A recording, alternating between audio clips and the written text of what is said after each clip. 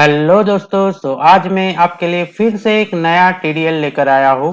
दोस्तों, ये टीडीएल बहुत ही एडवांस लेवल का है।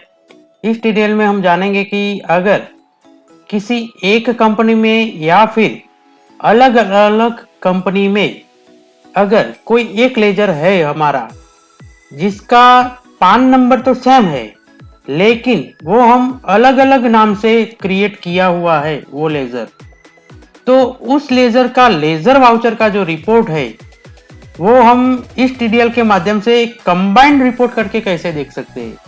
तो चलिए देखते हैं। तो यहाँ पर मैंने जो मेरा टीडीएल है वो ऑलरेडी लोड कर दिया है।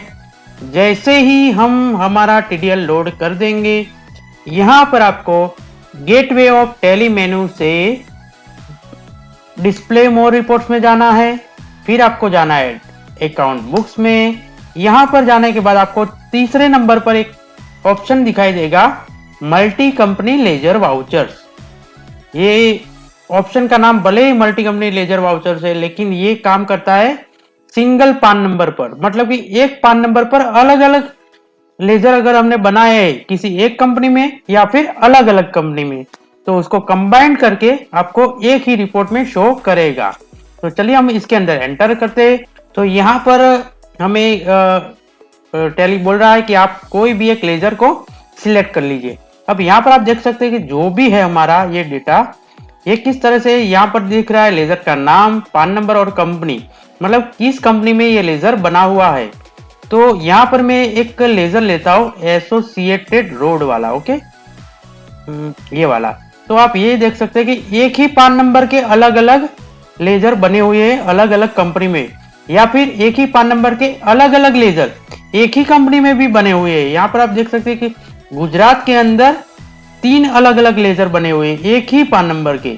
ओके, तो मैं इसमें से कोई भी सिलेक्ट करता हूँ। तो मैं ये सिलेक्ट कर लेता हूँ कोई भी एक। ओके, यहाँ से मैंने सिलेक्ट कर लिया। अब यहाँ पर ये रिपोर्ट में मैंने पीरियड सेट नहीं किया, तो मैं पीरियड को सेट कर लेता हूँ। ओके,